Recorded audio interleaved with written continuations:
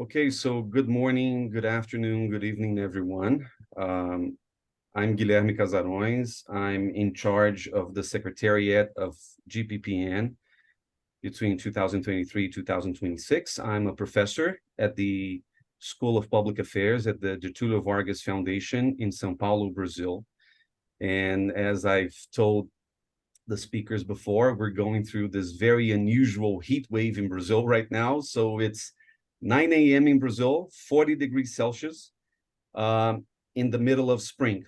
So, and I assume this is something that has a very strong impact on uh, aging as well. We're gonna touch upon these climate change and aging issues as we go.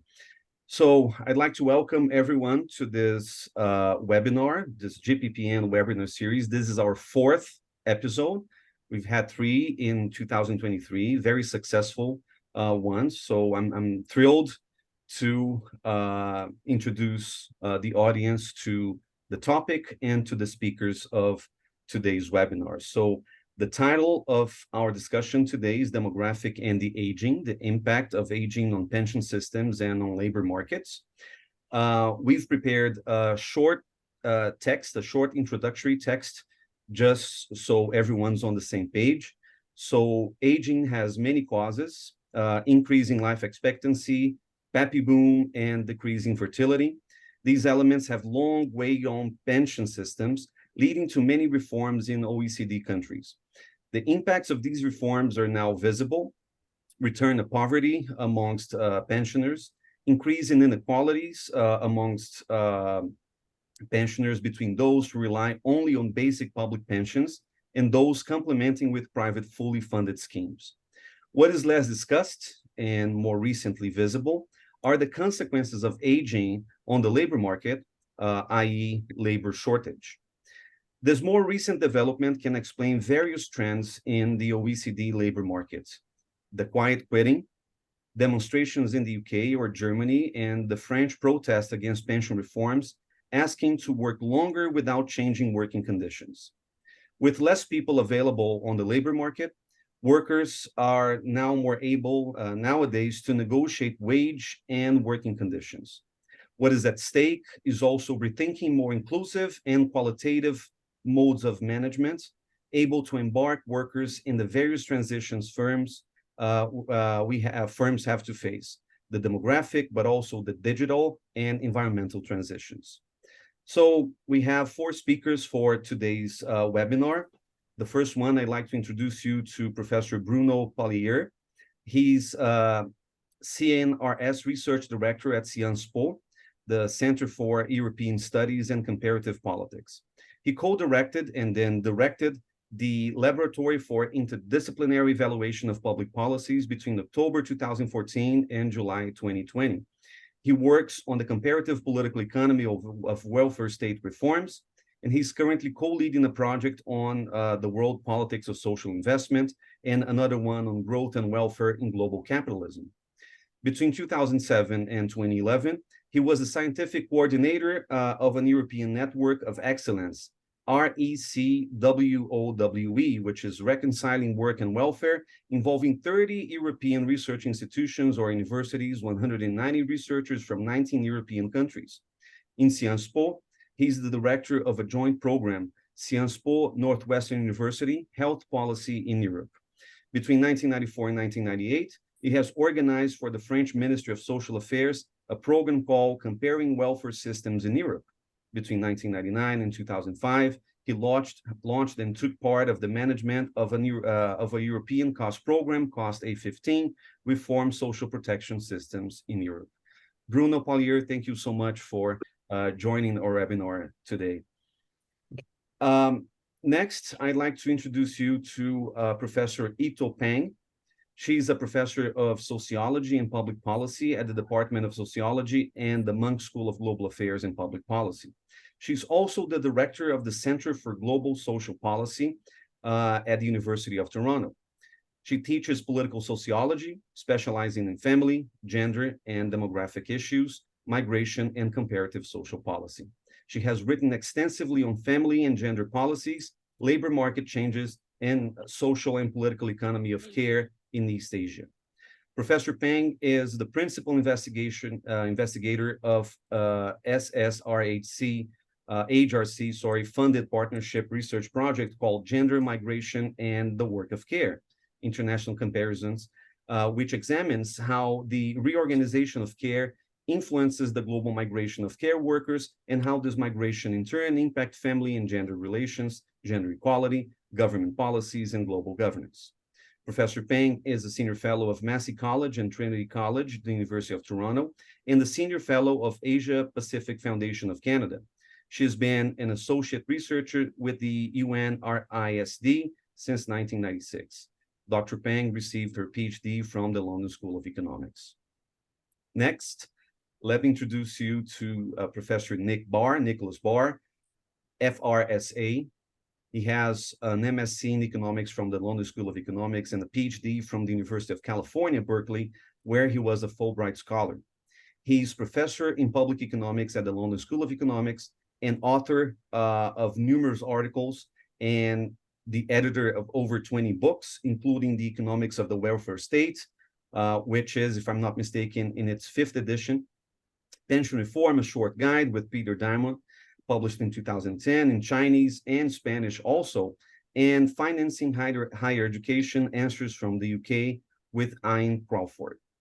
The heart of Professor Barr's work is an exploration of how market failures can both explain and justify the existence of welfare states. He's a member of the editorial board of the International Social Security Review and an associate editor of CIS-IFO Economic Studies, the Australian Economic Review, and the Journal of the Economics of Aging. He was a member of a small group invited to advise the government of China on pension reform, presenting their findings to the Premier in 2004. And he and Peter Diamond were invited to present a follow-up report in 2009. More recently, he was a member of a presidential commission on reform of the pension system in Chile, which presented its report to the president in 2015. He has also advised governments in the UK, China, Finland, Sweden, and South Africa, where he also contributed to the Lund Committee on Child and Family Support.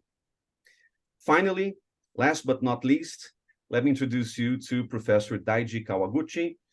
He's a professor of economics at the University of Tokyo. Dr. Kawaguchi graduated from Waseda University in 1994, Hitotsubachi University, a master's degree in 1996, and Michigan State University in 2002. In addition to his position at the University of Tokyo, Kawaguchi is a program director of the Research Institute of Economy, Trade, and Industry. Before joining the University of Tokyo faculty in 2016, Kawaguchi was an assistant professor of economics at Osaka University and the University of Tsukuba, and associate and full professor at Hitotsubachi University. He has also been a visiting scholar at the University of California, Berkeley. Professor Kawaguchi's field of research is labor economics, focusing on the formation and utilization of human capital. He has worked on the skill accumulation of self-employed workers, the effect of family background and academic performance, wage inequality, and the assessment of various labor market policies. He's also working on the human resource allocation within a firm using proprietary personal data sets. So thank you so much again for your participation. Each speaker will have around 8 minutes to present their initial remarks. So I'm going to pass on to Professor Bruno Pollier for his initial considerations. Thank you so much. Thank you very much. So I will be speaking about the topic, developing basically the initial text that you presented, starting from the double point of view of the French situation, but also the comparative pension reforms and welfare state reforms, in the sense that I've been studying the challenges for welfare states and the reforms. So this is my point of view, my point of departure. And let me just start with debunking some points about aging. The first one is that usually we say that aging explains the increase in health expenditure. And one of the reasons why we will not speak so much about that today is that it's not that direct. Actually, if we live longer, we live longer in good health, which means that most of our expenditure in healthcare is just postponed in time. So we are not living 10 years more in hospitals. We are just living 10 years more in good health, and we spend the last 6 months in hospitals.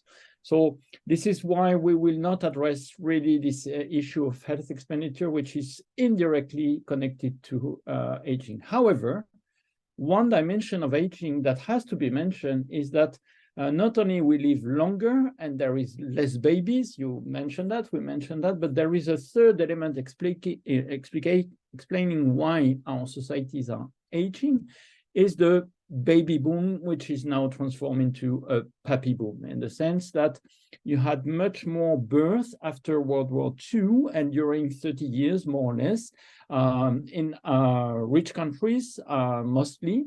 And there is something like plus 30% of birth on average in Europe, in the US, Canada, and this also spread into some Asian countries. And this bump, if you wish, of plus 30%, they have gone to maturity during the 70s, 80s, 90s, and now they are going on pension.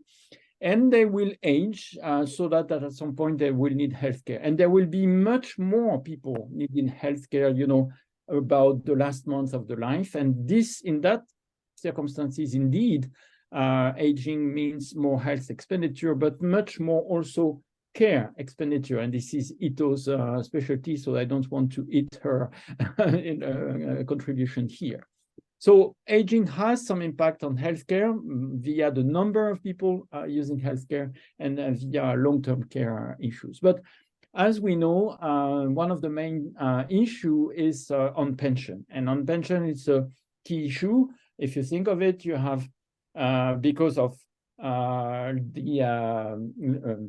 the fact that the boomers, the same ones, you know, the baby boomers didn't do so as many children as their own cohort, you have less active population, and they live longer, the boomers, so you have more and more pensioners. On top of that, these are more and more pensioners, so typically the baby boom generation, they got access to better pension because the labor market was in better situation, they had better careers with less interruption, so their right to pension is quite full, quite good. So there is a lot of pension to pay, a lot of good pension to pay to a lot of people. So that's one side of the prem, and on the other side of the prem, you have less people working. Usually, until the 80s and 90s, when we were looking at these issues, people thought there will be a solution, which is the increase in productivity. We may have less people working, but since we know that since the late 19th century to, let's say, the 60s, there has been increase in productivity. One worker is able to produce more things. So the fact that there are less people on the labor market was thought as it's not a problem because one person is able to produce more and we will be able to finance. And indeed, this is what happened during the 50s and 60s. You had an explosion of productivity, which allowed for the explosion of the expenditure on the welfare state. The problem we have is that basically since the 90s, due to the shift of our economies towards service economies, due to the invisible contribution of ICT, information communication technologies, to the growth of productivity, we don't have this hope that productivity gain will compensate for the reduction of the active population. So here we are really in a kind of a arithmetic problem, which is less people to pay more pension, to put it bluntly. So what can be done here? And a lot of countries, and particularly France, have said, so we have to reform pension system. And we have to tell people, sorry, but you will not get in the future as generous as a pension than the boomers had. That's the first message.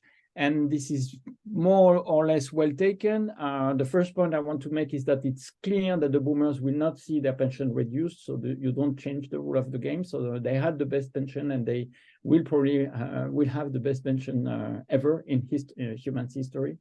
So the pension reforms, they change the calculation for the future, so for future generation, rather than just cutting pension, you don't do that. Usually, what you do, you erode the level of pension so they increase less fast than wages. Don't really cut pension. So in the future, pension may be diminished. The second pension reform typical is to say you will have to work longer. By the way, you live longer, in good shape, in good health, so why not working longer? So these are the two main reforms that is done. And the third one is a change in the calculation mode of pension so that they evolve less rapidly than before. To put it bluntly, I mean, there are more technicalities. There is a problem here. The problem is that those countries who are always presented as the best pupils in this capacity to reform their pension system, which is on the one hand, the Nordic countries who have negotiated to do that, or on the other hand, the liberal countries like UK and US, which actually have done this kind of reforms without too much turmoil, but with a lot of inegalitarian consequences on the elderly, actually, for the US and for UK. But the problem they have is that it's as if they were coming to a point where nothing more can be done here. 2 years ago, the Prime Minister of Sweden said, perhaps we have to ask people to work until the age of 76. And this becomes, totally unthinkable. But that's just the logic of saying, if we continue to use these tools, this is what we will have to do one day. So it's 62, 64, 66, 70, these kind of things. And what is clear is that there is a notion that the population is not ready to follow this trend. So of course you say that because you're French, and the French, they don't like to work, and they protest even at the age of 62. I could say a lot of things about that.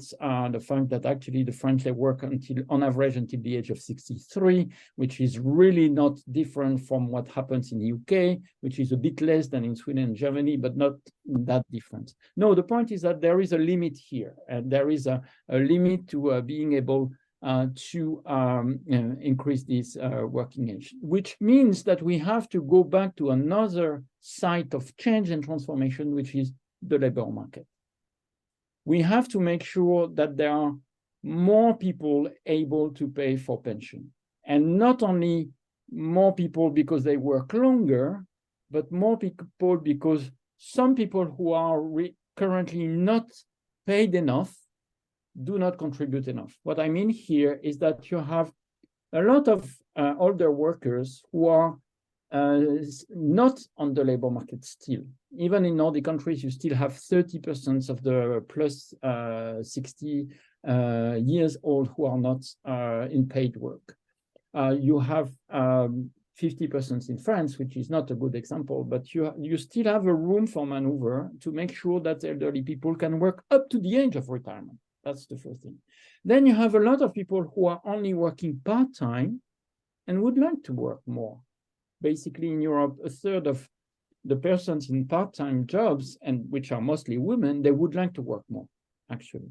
So here we have a potential gain of having people working more. But the problem is that under which condition would these people be ready to work more? And what was clear message from the French protest, but also from the quiet quitting, from the strikes in Germany, from the strikes in UK, could you imagine strikes and trade unions in UK, is that we will not be ready to continue to work on that condition. So if you want people to work more hours, more years, the crucial challenge is to transform the working condition, the career prospect, and the modes of organization of work and management. And though all these issues, working condition, management, work organization, training, have been invisibilized in our public debates because of the problem of unemployment. The challenge was for government, was for trade unions to save jobs and to create jobs, even if it was bad jobs. I would quote here, even Barack Obama was ready to say, any job is better than no job. The time of this kind of say is over. Because of demographic change, you have the capacities by the wage earners, by the workers to say, I don't want any job, I want a good job. And this is, to my view, the next challenge for unions, for employers, and for politicians to rethink their approach to work, because if they want to have more people working, paying more taxation and social contribution to finance pension, healthcare, and other things, they have to improve the quality of jobs. They have to involve the workers in the organization of work, of the task, or even the mission, which means that they also have to question the meaning of the task. And here I touch upon a little bit about the climate change, about the social responsibilities of firms. If you can involve workers, there are still room for gain in the number of people you can have on work. And I will stop there. Thank you very much. Thank you, Professor Pallier. Now I'll pass on the word to Professor Ito Pang. Thank you so much, and the floor is yours. Thank you very much for inviting me to this really interesting, fascinating discussion. My area of specialization is not pension, but I do work a lot on the aging population, and in particular on family and care issues. So my discussion, my presentation is going to be slightly different. It still relates to aging population and is some of the implications for pension, but I'm going to veer more closely to the sort of care issues, as it also has the impact on the sort of pension as well. And I'm going to largely focus on the Canadian context, because I think Bruno, Nicholas, and Nick and Professor Kawashima would be able to talk about the context in their countries. So just to give you a background, Canada, like many other high-income countries, have been sort of aging very steadily over the last decade or so. Currently, Canada's aging population, so population over the age of 65, is not very different from that of the UK. In 2022, it was at 18.8%, so that's almost 19%. Out of this, people over the age of 85, so these are the people who really need the kind of long-term care, are one of the fastest growing subpopulation within the older population. So currently, I think the people over the age of 85 constitute something like 2.3% of the total population, but this number is projected to triple over the next 25 years. So that the pace of that aging is really rapid. I do know, for example, that our population demographic is still somewhat young compared to other countries. I know UK, it's almost 19% for people over the age of 65. In France, it's something like 21.6%, and of course in Japan, it's close to 30%. So comparatively, we're sort of in a better position. But let me show you this, share this this screen with you about the current and projected aging population. I hope you could see this. So what I'm showing here is a sort of graph that was put together by Professor Kevin Milligan from the University of British Columbia. It shows the current and projected demographic figures for Canada's aging population. What it shows is a steady increase in the 65 plus population for Canada over the next 30 years or so. There will be noticeable increase, of course, in the 65 plus population, particularly over the next 10 years as the baby boomer age, and followed by more flattening of the aging population at around 25% of the total population by 2030. I think this is that population that Bruno mentioned about, that bulge in the post-war baby boomer population. Of course, with large number of people over the age of 65, pension and income security, it will be an important policy issue.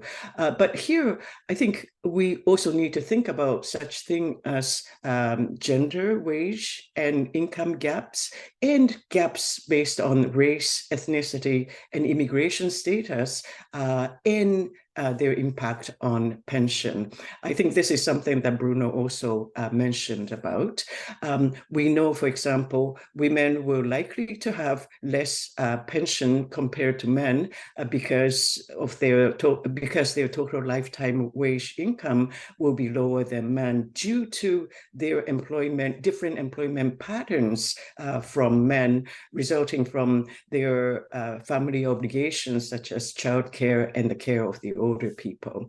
They are, as a result of those care obligations, they are more likely to quit jobs or switch to part-time employment, or they will be less likely to get promoted in their or advance in their careers. And as a result, women will have lower lifetime income, and that will then in turn reflect in their pension later on.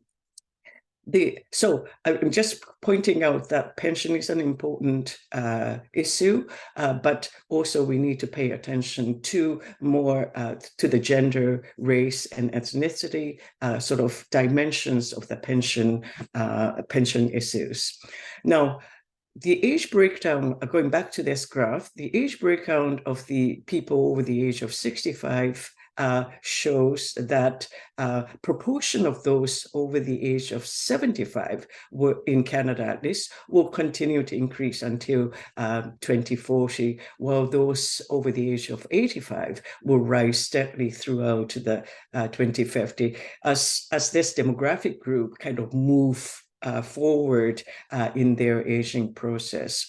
So in terms of the policy concerns, I'm going to stop sharing this. So in terms of the policy concerns, pension will be, of course, a key issue for those people over the age of 65.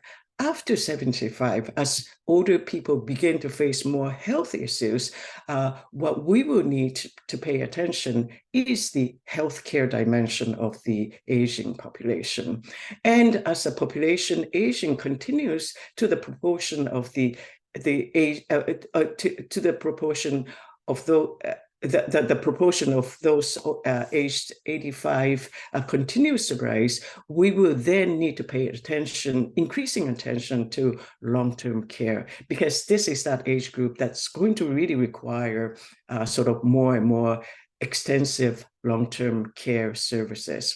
So in terms of the demographic aging in Canada, moving forward, I think we need to pay attention to these three policy sectors continuously. But for this webinar today, what I want to point out are two key issues, and perhaps this relates particularly to the situation of Canada.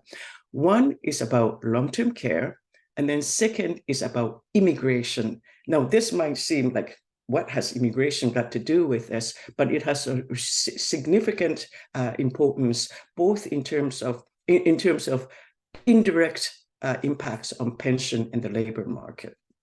So in terms of the long-term care, one of the biggest challenges for Canada is, of course, the lack of coherent national long-term care policy or strategy. This is partly because of our history of being demographically sort of relatively young country, until recently, that is, and of course, and of our somewhat like misplaced assumptions that, and again, until very recently, that we don't really need to worry about too much about aging population, because we can always bring in more immigrants to replace them. We now know that this is more a wishful thinking than empirical reality. Not only is Canadian population aging, but we're also now realizing that immigrants also age as well. In fact, according to the statistics, Canada's data from 2016, as early as 2016, we realized that close to 30% of the seniors in Canada are immigrants. Of course, most of them were the early immigrants who came to Canada from Western Europe and Asia. But even though the actual immigrant population makes up only about 22% of the total population. So that's one reason why we never, so because of the immigration, we never really developed the coherent set of national long-term care policy or system. The second reason for our lack of long-term care policy or system is the kind of federal political nature of our system, in which federal provincial jurisdictional divide is very clear and highly contested. So given that even though federal government does fiscally contribute to health and social welfare and care and to educational system as well, the main delivery of these programs and systems of provincial jurisdiction. And as a result, it's extremely hard to achieve a kind of unified and coordinated system of long-term care in Canada, in my country. Now, having said this, I think we have come to a point where it's now a real imperative for both federal and provincial government to sit down and work out some kind of national long-term care strategy that would ensure the kind of continuum of care for older people, ranging from home-based care to community care and institutional care. I think some kind of national mandatory long-term care insurance system, similar to the one that's been introduced in Japan, would make a lot of sense in Canada. But again, the debate is extremely extensive. This then brings me to the second key issue, and I'm going to try to stop shortly after this, and that is immigration. Canada has historically used immigration to address many of its labor market and economic needs. Indeed, this has been very useful and helpful for us. We know that something like 2/3 of our current immigrants are working age population. And as our immigration policy based on the points system really actively selects out young, well-educated people to migrate. And increasingly, we're looking at immigration as a solution to address our demographic aging issues. Well, I think it is true that immigration offers a very attractive solution to address the labor shortage and to address population aging. I think in the long run, it is not the most sustainable solution. I just want to say, I am not against immigration. I am very pro-immigration. I am an immigrant myself. I immigrated to Canada when I was 13 with my family. So I just want to lay that out. On the contrary, I think immigration is a real positive asset for Canada. But I think considering immigration as a solution to population aging often misses the important social issue, such as social and economic integrations of immigrants and the social, cultural, and care needs of the immigrants throughout their life course in Canada, including the care needs when they become older. So we know from the research that immigrant seniors in Canada face more social isolation. They are not as well supported in terms of the public services for elder care and things like that. So these are some of the urgent and growing needs that we really need to address as Canada's population, and in particular, Canada's immigrant population age and move forward. I'll stop here and I'll pass on to the next speaker. Thank you, Professor Peng, for your wonderful presentation. The next speaker on the list is Professor Nicholas Barr. Professor Barr, the floor is yours.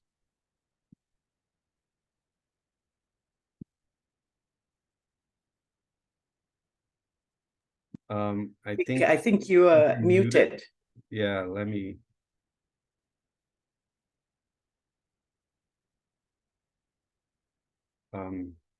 Yeah, apologies. Okay.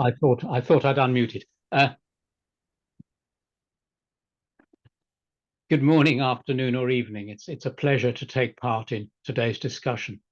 I want to start with a brief account of the simple economics of pensions, and then discuss some policy directions. I'm going to talk in general, not about UK specifics.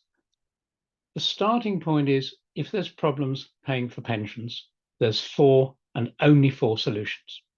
You can pay a lower average monthly pension, or you can have the same monthly pension but start it later, or you can have higher spending on pensions through higher contributions or higher taxes, or you can have policies to increase national output, or a mix of those.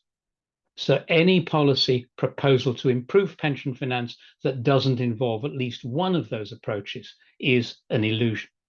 And of course, of those, output growth is the most desirable.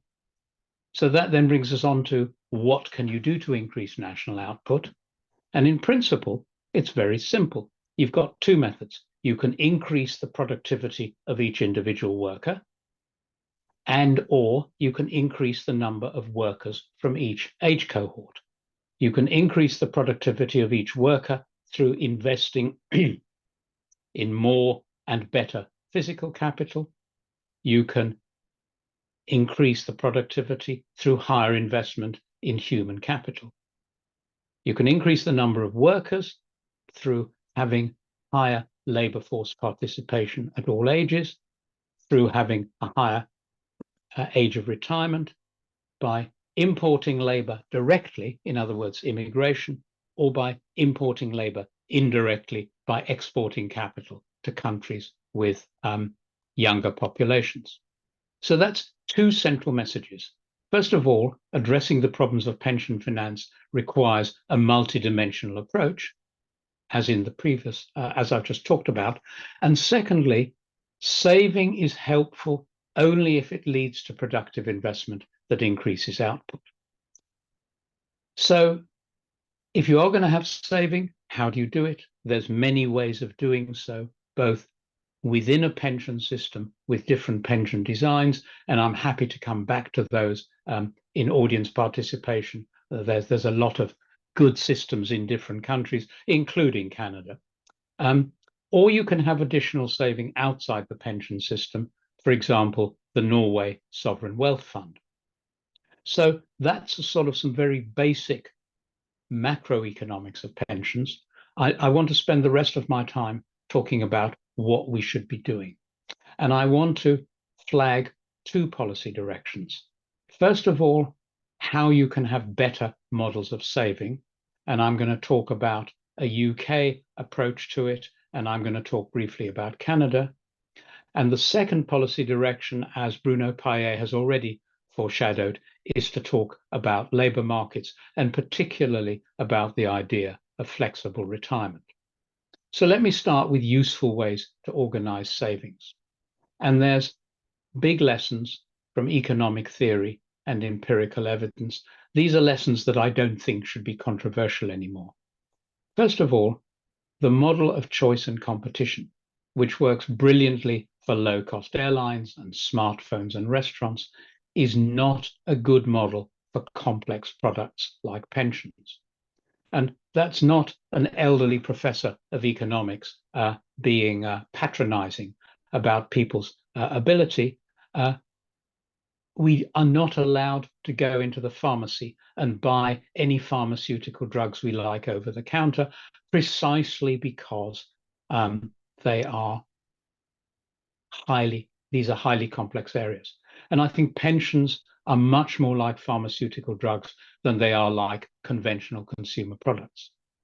So that leads to a second lesson, which is somewhat counterintuitively, giving people less choice is part of good pension design. And the third lesson is not to overstate what financial education is capable of achieving. Internationally, financial literacy can and should be improved, but there are limits to how far you can go. What does that tell us about designing pensions? First of all, you should make them mandatory or use automatic enrollment. Secondly, you should keep choices simple. Thirdly, you should include a good default option for people who make no choice. So the system should be designed to work well for people who make no choices. And fourth, and importantly, you need to keep administrative costs low. I'm not going to talk about how you do that, merely to stress how important it is. If your pension fund charges you 1% per year to manage your fund, which doesn't sound like much, over a full career, your pension accumulation is going to be 20% smaller just because of that 1% administrative charge, and hence your pension will be 20% smaller. So keeping administrative costs low really matters. How do you do that? Well, the US has a plan for its federal civil servants, which is very simple. The UK recently introduced a very similar plan called Nest Pensions, the UK National Employment Savings Trust. And that design is based explicitly on the findings of behavioral economics. It's got some choice for workers, but very limited. There's a default fund for workers who make no choice. Administrative costs are deliberately kept low. Canada has a different model. It has a national pension system, which is partially funded, and those savings of workers are managed by the independent Canada Pension Plan Investment Board, which, quote unquote, invests for decades, not quarters. So let me end talking briefly about labour market policies. Bruno Paillet talked about the importance of the quality of jobs. I want to say a little bit about the quantity of workers. With people living longer, clearly they need to work longer. So later retirement is part of the story. But a very important part of the story that's often overlooked is more flexible retirement. It made sense 100 years ago to require people to retire fully on their 65th birthday when they were old and not very productive. Today, older people are highly productive, and it's good economics, good politics, and good social policy to give people the opportunity of moving from full-time work to full retirement over the time path of their choosing. And everybody thinks it's a good idea, but it hasn't happened on any scale. And there are reasons for that, time is not being kind to me. I'm not going to go through the reasons now, but I'm happy in audience participation to come back to the reasons why flexible retirement hasn't happened, why it should happen, and what we can do to make it happen. So let me end there. Thank you very much. Thank you, Professor Barr, for the very precise use of time. Exactly 8 minutes on the dot. So that was brilliant. Thank you so much for that. Our next speaker, our last speaker for today's session is Professor Daiji Kawaguchi from GRASP Tokyo University. Professor Kawaguchi, the floor is yours. Thank you very much. So let me use the screen. So it's a great honor to be able to participate in this wonderful opportunity. Thank you very much for the invitation. And my talk is, first I would like to introduce the pension system in Japan, and related to that, the pension system, existing pension system of Japan require the labor market reform, and I would like to show the connection of these two. So the Japanese pension system is a pay-as-you-go system. So the younger generation contribute, and the older generation or retired generation receives the benefit. And there are two-tier pension, and one is a basic pension, the other is employees' pension. So the self-employed workers are only eligible to get access to the basic pension system, and both contribution and benefits are minimal. And Japan is going through the very rapid aging population, and government or the policymakers expected that it will cause a huge problem in terms of the pension account. And so Japan implemented the very big pension reform in 2004. And before this reform, the benefit was kind of fixed, and contribution increased according to the increased amount of the benefit. But the government expected that it cannot continue. So in 2004 reform, the government set the maximum of contribution and decided to adjust the benefit. And now as a result, currently the contribution is 18.3% of the total compensation. So as a result, the contribution is limited. So the adjustment takes place at the margin of the benefit. So now the policy goal or the assessment of the health of the pension account is measured by the replacement rate, which is the pension benefit, typical pension benefit divided by the average male wage of working age. And governments are required to calculate this replacement rate at least in every 5 years. And this replacement rate has a lower minimum, so the lower bound, and it is set at the 50%. And if the replacement rate is expected to go below 50%, government is required to think about the pension reform again.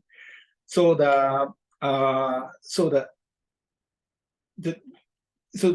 every 5 years, government implement this calculation, and the government is now expecting the replacement rate will go down because of the declining working age population. So this is a graph of the actual and expected population by age groups, and the red line is so-called working age population trend. And it's on the very rapid declining trend. And towards year 2040, those who are in this working age population decreases by 700,000 people annually. And this is close to the 1% of this current working age population. So the annual 1% decrease of the working age population is a very rapid demographic transition. So this implies that the decrease in those who contribute to the pension account, and to counter this declining population, what government has tried to promote is the female employment rate.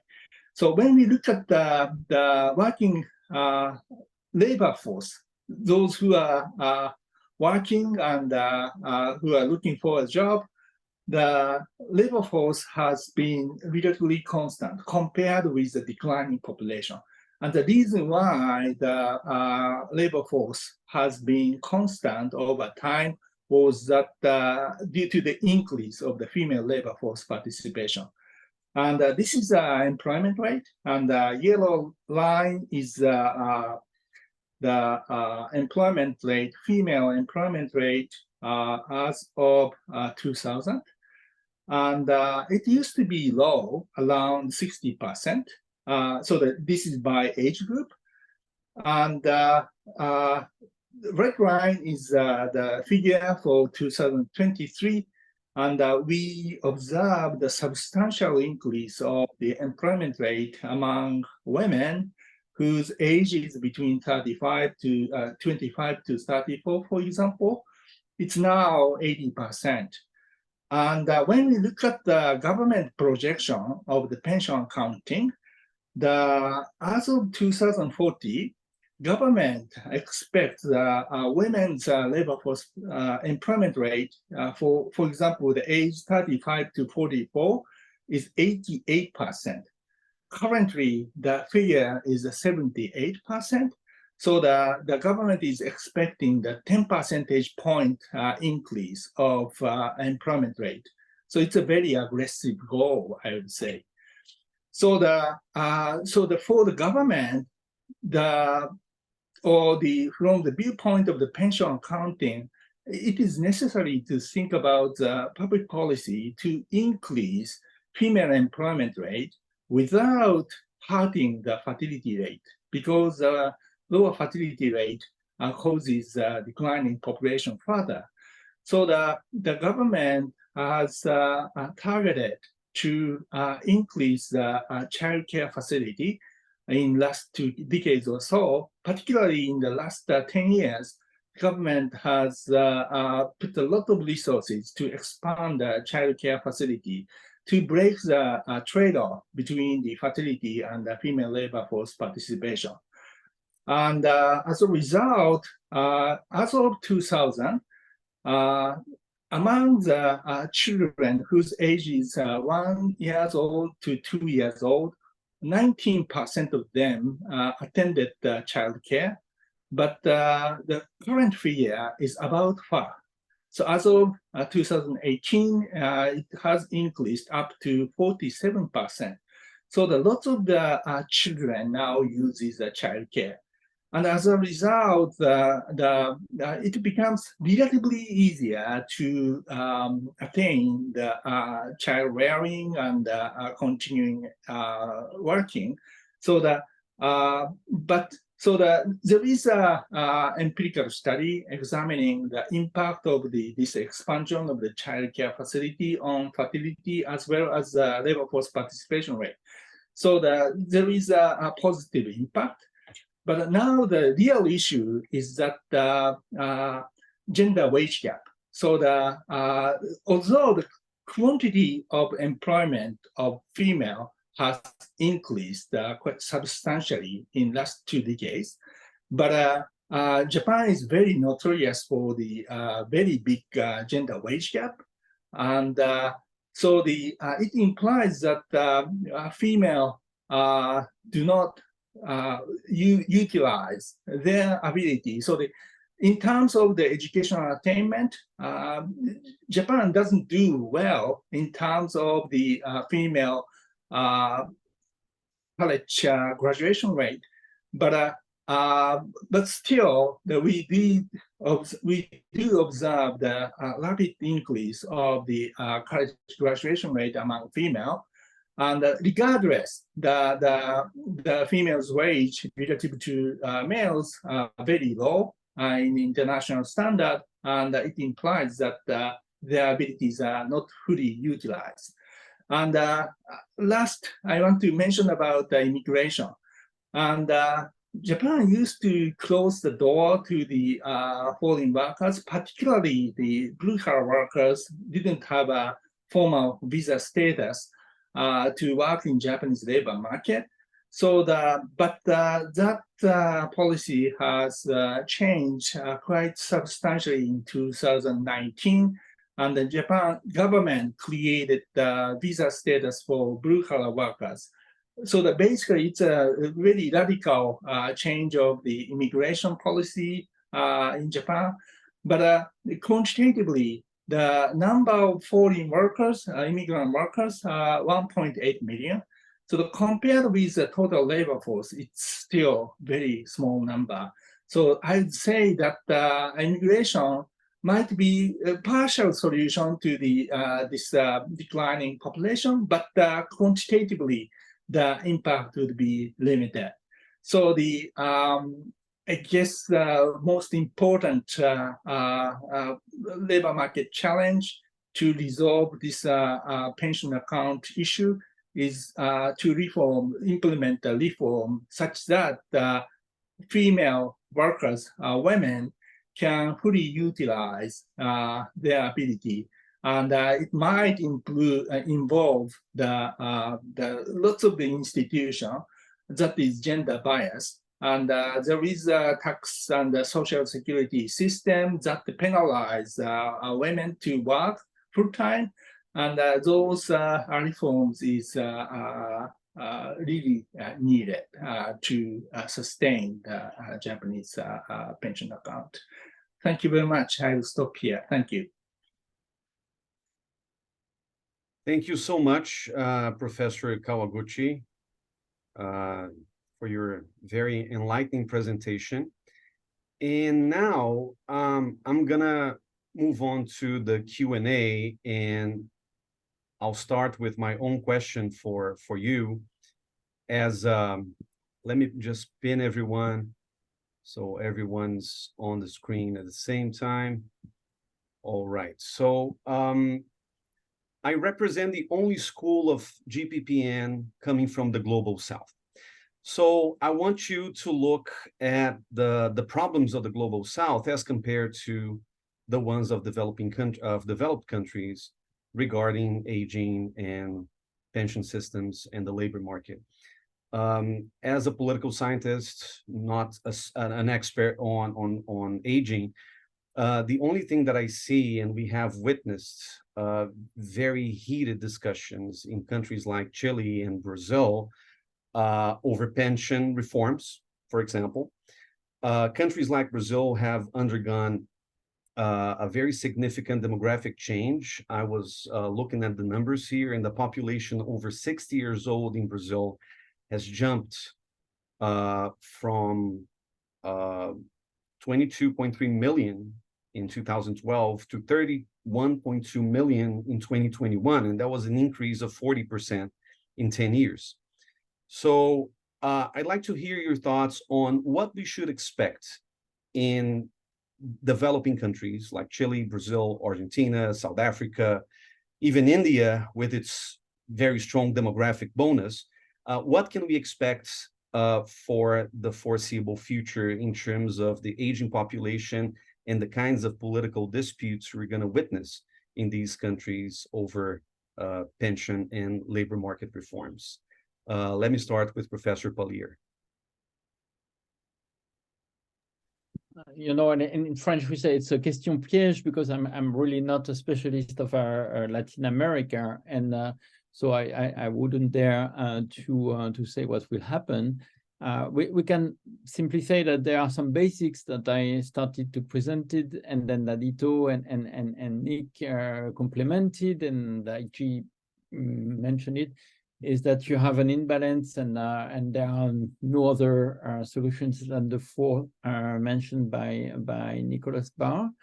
As long as you respect the democratic contract, which is for many countries, including in Latin America, to provide pension. I must say that it's for many citizens, it's part of the deal, is that when we are old, we will get something.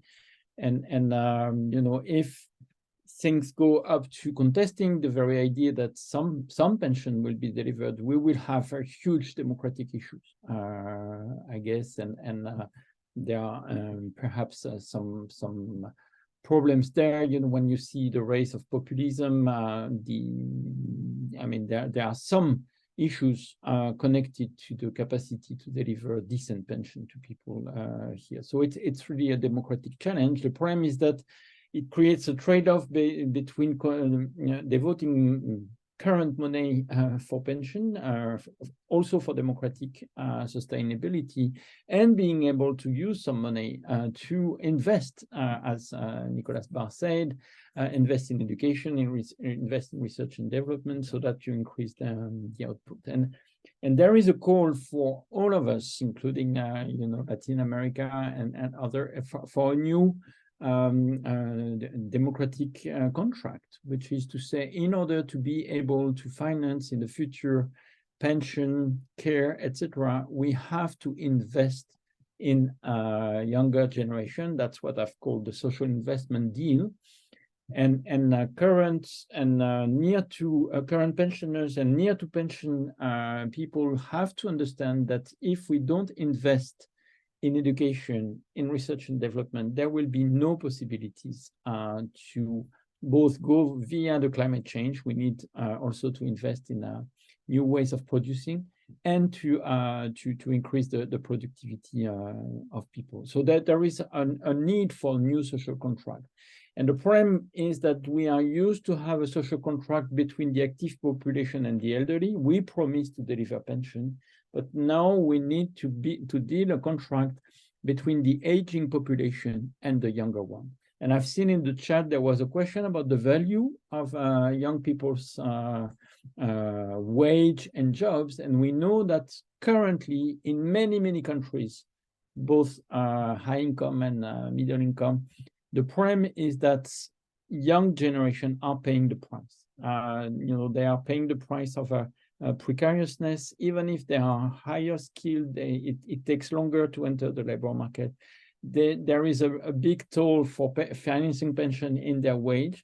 And if we don't strike a deal where they would also see some increased security, increased wage, increased capacity to take care for their kids, for instance, as has been realized in Japan, the social contract will not be sustainable. So sorry to remain so general, but I prefer to say these kind of things than pretending to know anything about Chile or Brazil. Thank you. Thank you so much for that. And one of the most important things that you've just touched upon is the democratic contracts. In developing countries, it tends to be weaker and more feeble. And that's why we see in some developing countries around the world growing social tension that might even lead to some sort of political turmoil. And I know it also happens in European countries, for example, but in the case of the Global South, it tends to be a little bit more tense because democracy is not a consensus, unfortunately, in most of our countries. So thank you so much for bringing this to the table. Professor Peng, I'd love to hear your thoughts about this. Sure. I think this is a great question because actually my current large global partnership research project is called actually Care Economies in Context. And most of the countries that, it involves 9 different countries, and most of the countries are actually in Global South. So we have 2 countries in Africa, Kenya and Senegal, 2 in Latin America, Colombia and Costa Rica, and 3 in Asia, Mongolia, Sri Lanka, and South Korea. So I really understand what you are talking about, because even with, as I have heard from my African colleagues, if you think that Africa is now reaping demographic dividend with a young population, think again, because the aging population in Africa is increasing hugely, and the African unions that I've been working with are really trying to struggle with this. I think. So in terms of looking at what we can do, what are some of the things that we need to think about in addressing Global South Asian population? I think of like 3 different possible sort of things. One is I think it's really important for the sort of Global South countries to really consider formalizing employment, formalizing work, because so much of the sort of economic sector is actually in an informal format. You look at the Latin America, something like 40 to 50% of the employment are actually informal, which is not being captured by the national accounting matrix and all these things. And so formalizing work is important because it has a direct impact on the future pension and for the future income security and social security. So I think formalizing work is important. It's also important because most of the informal workers are women, and women, and it sort of concentrates on the certain employment sectors such as domestic work, care work, service sector work, and that kind of thing. So one is the Global South countries really need to begin to think about formalizing work. Second thought that comes to my mind is the real investment, as Bruno pointed out, in sort of infrastructural development. One of the sort of weakness, the fragility of the global South countries in terms of the future pensions and other kind of social security system is that the social infrastructure and physical infrastructures for such system is not quite there yet. And so I think the countries need to invest in such things as, pension system, in much more robust social security system, much better care system. All these things need to put in place. And that's the kind of investment that I think many of the countries need to sort of put in. And then finally, and this kind of connects to the investment, is also investment in human capital and capacity, so sort of capacity building, right?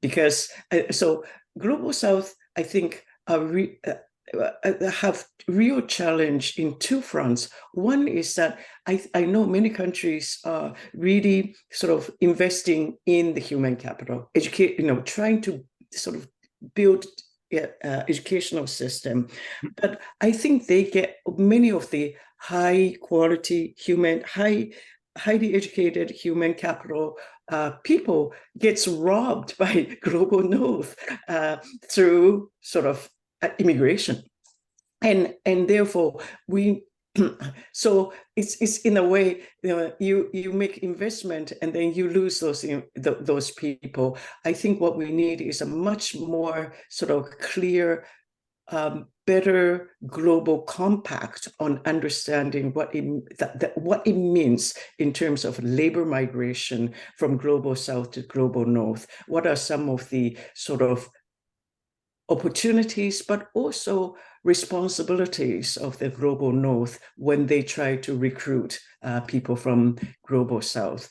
So these are some of the things that I think about in terms of capacity building, investing in capacity building, but also the Global North taking much greater sort of mindful approach to recruiting labor from the Global South. I will stop here there. Thank you so much for your answer. And it's fascinating to think that you've just pointed out that it's super important to formalize jobs. And I think that speaking from a Latin American perspective, thanks to this recent wave of economically liberal / socially conservative governments, most of which are populist, we have gone the opposite way. In Brazil, for example, we have had reforms to make jobs less formal, and that's the liberal expectation of creating more jobs with lower costs. But I think that we're gonna pay the price somewhere in the future, thanks to this growing informality of jobs. Now, Professor Barr, picking up on your experience with the Chinese pension system, have authoritarian countries been able to solve this problem any better than democracies? Thinking especially about the context of the Global South. I mean, I think the short answer is no. I mean, China's pension system is still, let's say, a work in progress. I think the basics apply anywhere. They just apply in slightly different ways in different places.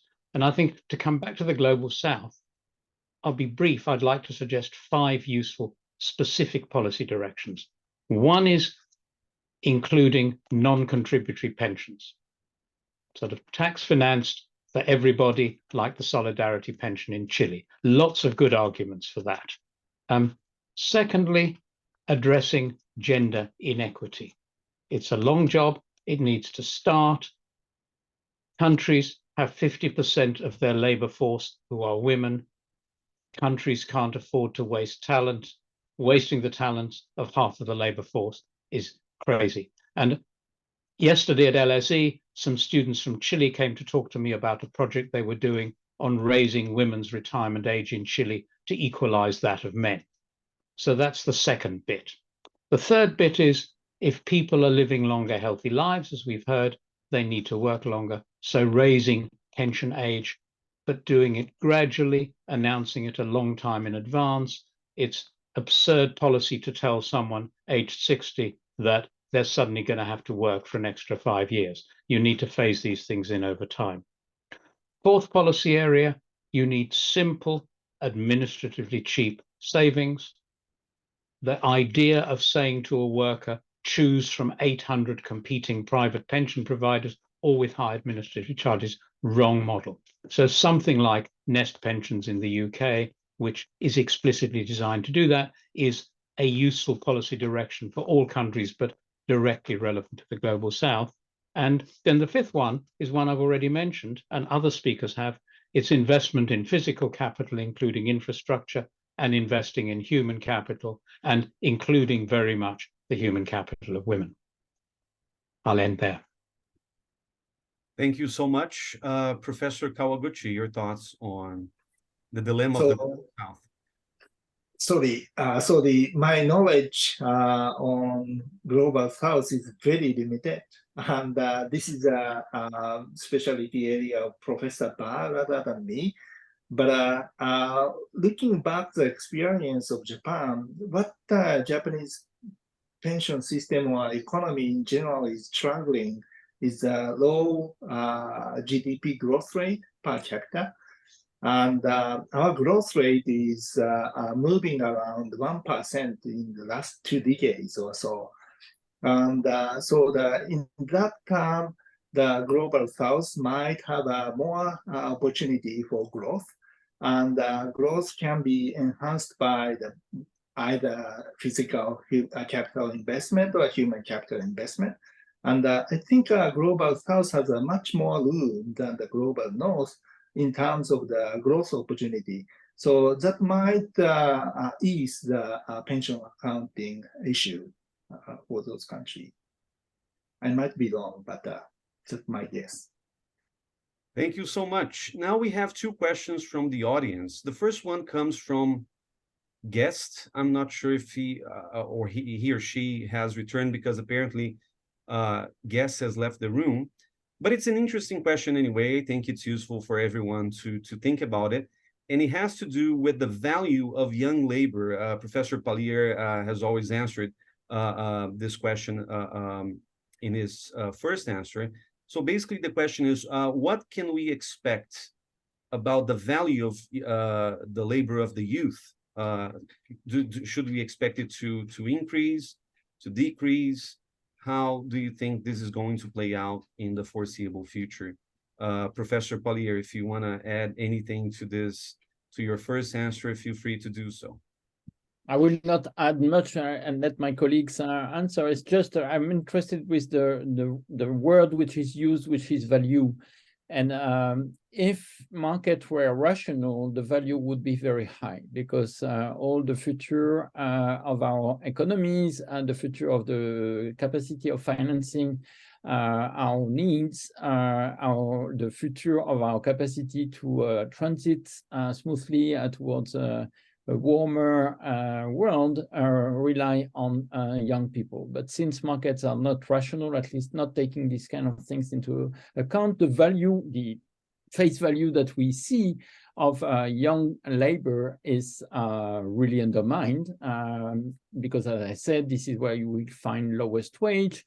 This is where you will find really precarization. You know, if you want to understand how precariousness penetrates our labor markets, it's younger generation. Really, this is really the way it happens. Look at the statistics. I will not develop that. So we have a big issue here in the capacity, either our market or our collectivity, to value the importance of our young generations, and frankly, neither politically nor economically this works well. Thank you, Professor Pang. No, I agree with what Bruno says in terms of the the value of young labor. This is not my specialty, so I would more like to hear and learn from others on how to sort of what best sort of strategy is there in terms of addressing the pension sort of addressing the pension sort of I guess it's more about the pension design than about sort of pension system. So I'll pass to other speakers to answer this question. All right, thank you so much, Professor Barr. How splendid! At last, we seem to have a little bit of disagreement. And I agree with Professor Peng that pension design has to take account of things, and that's a separate thing. But I mean, and yes, labour markets are far from completely rational, but they do respond. I mean, look at the effects of COVID, as a result of which people in some types of work can work for home part of the week. And for a lot of people, that's attractive. And for those who have to be at work 5 days a week because of the nature of their work, like waiters or train drivers, that type of work has become relatively less attractive. So there's been a shortage of labor, and wages in those areas have gone up. So I think where there is a labor shortage, and with population aging increasingly, there will be a labor shortage. I think the evidence suggests wages will adjust. They will take time. It will be rough and ready, but there will be adjustment. And I mean, I'm not sure that this applies just to young labor. I mean, I take this as applying to everybody in the active labor force. Wages generally will tend to rise, partly because labor is less scarce, and partly because if there is good investment, then the productivity of workers will rise. So I'm less pessimistic than Professor Paye and Professor Peng. Thank you, Professor Kawaguchi. So I partially agree with Professor Barr's opinion that the young labor is now scarce. So reflecting their scarcity, the price of the wages of the younger workers should increase. And that's true. And many, for example, the Japanese firms are trying to adjust the wage structure within them. And looking at the Japanese wage structure, the Japanese workers experience a very rapid wage growth according to the seniority. So the older workers are much more than the younger workers. And many firms try to adjust this wage structure, but it takes a very long time, partially because of the long-term deflation. If the companies try to adjust the wage structure under deflationary economy, the nominal wage of the older workers should be cut to increase the wages of the younger workers. But now the Japanese economy is in the inflation as in many other countries. And when the wage inflation is realized, the wage adjustment becomes easier, because the firms do not have to cut the wages of the older worker, just stay it constant and just raise the wages of the younger workers. By that, the real wage of the elder workers can be decreased, and the younger workers could be increased. So I think now the situation has come that the wage adjustment or the structural adjustment of the wages becomes easier. So I would expect that the younger workers' wages will go up, reflecting their scarcity. I wonder if I could just say something about this, because I think I'm now kind of coming back to this, and it might address the third question from Henry Raymond about, sort of having a wealth tax or reverse mortgage and things like that, because and it also address. Sure, sure. I'm just going, since the audience who's going to watch this on YouTube is probably not going to be able to see the questions. I'm just going to go through the other two questions that we have. The first one is for Professor Barr, but I can obviously open up for the others to answer too. It's a question, a specific question. It's from Chao Yu Yang. Thank you for the thought-provoking presentations. And one question for Dr. Barr.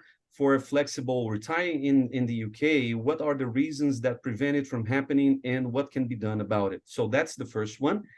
And the other one, Henry Raymond, which is the one Professor Peng is going to address right away, he asks, given the baby boomers in developed countries are typically asset-rich and wage-poor, can wealth taxes or reverse mortgages play a role in financing pensions? So thank you. Now I'll pass on the word back to you, Professor Peng.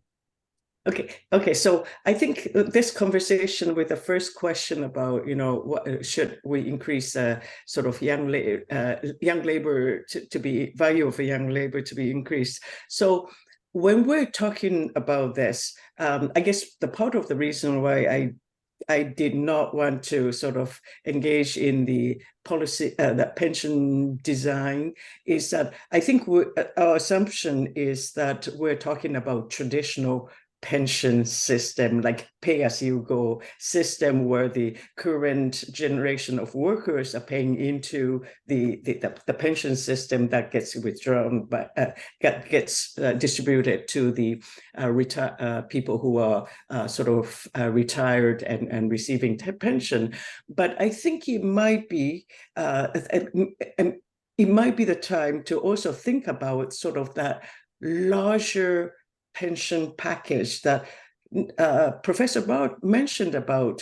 For example, in Canada, the pension system is made up of at least three tiers. First tier being the universal flat rate sort of tax paid pension that called old age security that goes to everybody over the age of 65, which then gets crawled back through the income tax system, so that it would actually at least provide a baseline. It's not a lot of money, but baseline sort of old age income security for everybody over the age of 65. And then the second pillar is the occupational pension, which seems to me is what we've been all talking about, that occupational pension, CPP, QPP, Canada Pension Plan, and Quebec Pension Plan, in which workers pay into. And then the third is a private pension system, such as, RESP and RSP and that kind of thing. So I think that one way to go about it is to kind of diversify that package of pension that would sort of bring in much more basic kind of tax-funded universal sort of pension or income security for people over the age, for older people, that might address some of these issues, so that we don't always rely on the current wage earners that will be younger people in the future to support the pensions for the aging population, I think. Am I missing the point? Thank you so much. I'll pass on the word to Professor Pallier. He's got to leave in 3 minutes, so it's going to be his answer and his final remarks as well. So thank you so much in advance, and the floor is yours. Okay, thank you very much. Just a word about the efficiency of markets and COVID. We know that the mental health toll has been that 40% of a young generation are suffering of mental health since COVID. So I think, knowing that we have a young people audience, we should be careful before saying things that will be hurting them, actually. Secondly, as you know, poverty has increased after COVID, and twice more for young people than for the other generation. So I don't see any efficiency and fairness of markets in there. And it's now 3 years ago, so I'm not expecting anything better. So I think we should really not despise them and be realistic about their situation. That's very important for the democratic contract, as first as as much as for academic honesty, frankly speaking. Having said that, I think that I'm a bit surprised when I read that the boomers are wage poor. Actually, no, if you look at the level of wage, it continues to increase by age. And so the people before retiring have, on average, higher wage than the middle age or the young people. That's the first point. But the second one is that clearly, the assets and patrimony has concentrated in the aged population much more now than 20 years ago. You know, you see the concentration not only on the top income, as Thomas Piketty is used to tell us, but also amongst the elderly. This is really where you have patrimony. And indeed, if there is no point to say that we should diminish pension today, actually, this would be really unfair to do that. But we should indeed say, why don't you participate in the necessary redistribution towards young people via taxation? And you have some wealth to be taxed, and we should increase that kind of tax. You have some part of your pension which is not contributing to the financing of welfare system. I'm speaking here about continental European pay-as-you-go system, where if you receive a pension, you don't pay social contribution on your pension. It makes sense logically, but it means that you are contributing much less to the collective solidarity than the other one. So here we have issues of fairness, and indeed, I think that those in pension and or those close to retirement, as long as they have wealth, they should participate. This is not an economic problem, it's a political problem. And this will be my last word, is that 80 to 95% of the aged people do vote, and only 50% of the young generation do vote. And politicians, they know how to calculate things. And I guess that we have today some young people looking at this seminar, I hope at least, and the message is clear. As long as you're not participating as much to the election as other generations, you will be less listened by the political and parties and politicians. Okay, and that's the voice of the future that has to be heard. That will be my final word. Sorry, I have to leave to speak to students actually, but it was really great. Thank you very much for the invitation. Thank you. Thank you for your participation. So, Professor Barr, there are two questions on the table, so feel free to answer them the way you prefer. Well, very briefly, wealth taxes and reverse mortgages, great idea analytically. I wish they would work. They're very hard to make them work. I mean, measuring wealth is very tricky. So I'm not opposed to it, but it would need a lot of detailed work, both economic and political, to make them fly. On the question about flexible retirement, everybody thinks it's a good idea. Why doesn't it happen? There are impediments. There are, first of all, impediments that discourage workers from wanting to work longer. So that's on the supply of labor side. One of them is attitudes. People used to think 65 was the pension age, and if you're beyond that, you're too old to work. So state pensions are an important signal. The other thing is we're all of us systematically badly informed about age, because when we ask how old is old, we think of our grandmothers. But people are living much longer, healthy lives. So there's that business about attitudes. Separately, there's rigidities in the labor market, in particular, that it's still the case that for many people, it's a binary choice. It's no work or full-time work. And there's much less flexibility over part-time work. Thirdly, there's rigidities in pension design. I mean, Sweden is one of very few countries that when a worker reaches pension age, allows them to take all of their pension, or to take none of their pension and take it later, or to take 25, 50%, or 75% of their pension while continuing to work. So those are some things that stop workers from working. Then there are things that stop employers from hiring them. In other words, the demand side. What is a killer is any fixed cost of employment. If in the US, your employer has to pay $4,000 a year per worker for medical insurance, all the incentives are to have as few workers as possible and make them work for as many hours a week as possible. There's legal impediments. if somebody wants to move to a less demanding job, can their wages be reduced? And in some countries, the law makes that difficult, and that then can create legal impediments, hassle factor in crafting contracts for part-time workers in less demanding work. Skills of older workers, employers think that older workers learn skills more slowly. The evidence doesn't support that. Health, employers think older workers are less healthy. Older workers may be more likely to be away a bit longer for health-related reasons, but they're much less likely to fail to turn up on a Monday morning because they've drunk too much over the weekend. So those are the impediments. And very briefly, what can you do about it? Well, policies to change attitudes, raising state pension age is an important signal. Providing access to training for older workers, allowing people to take part of their pension rather than necessarily all of it, avoiding fixed costs of employing a worker, and reviewing employment law to reduce transactions costs and legal uncertainty if a worker wishes to downshift at his or her existing employment. So that's just a very brief outline. But once we've identified the impediments, then we know what we need to do to address them. And I think that's an agenda not just for the UK, but for most countries. Thank you. Professor Kawaguchi, your thoughts about the questions?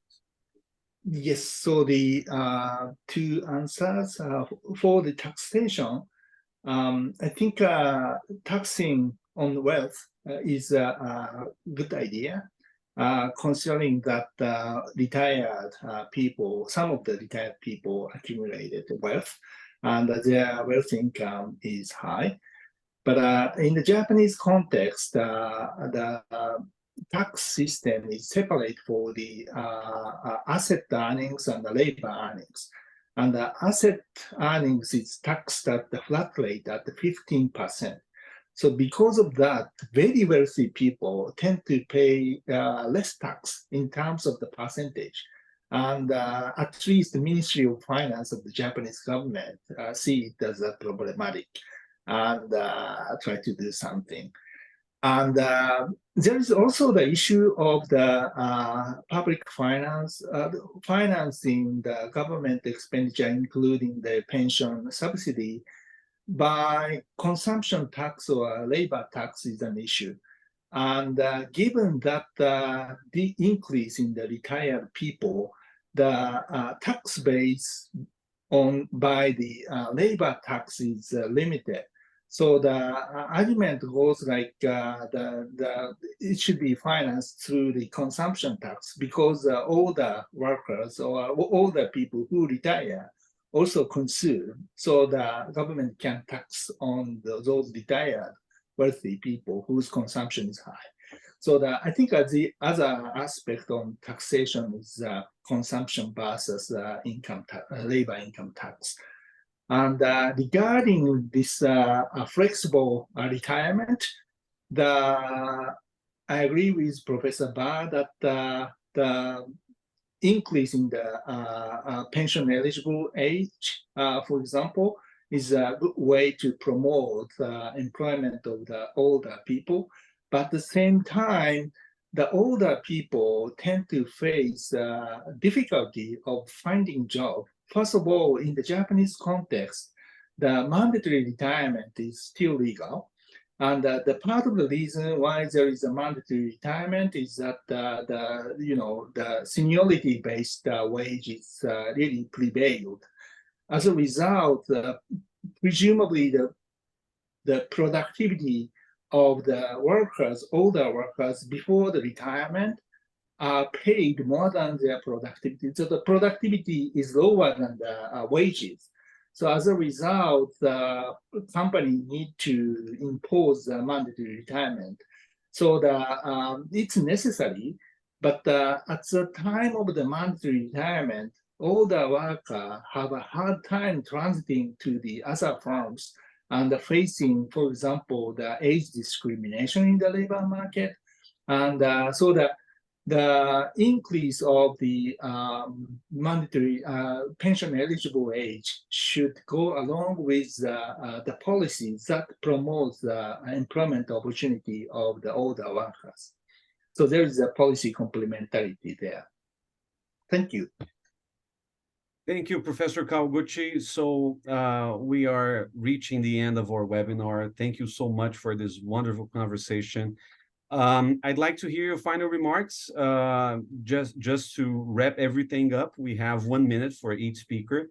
So feel free just to say a last word on our discussion. And again, just to remind the audience that this recording will be available on the GPPN YouTube channel. So Professor Pang, your final remarks.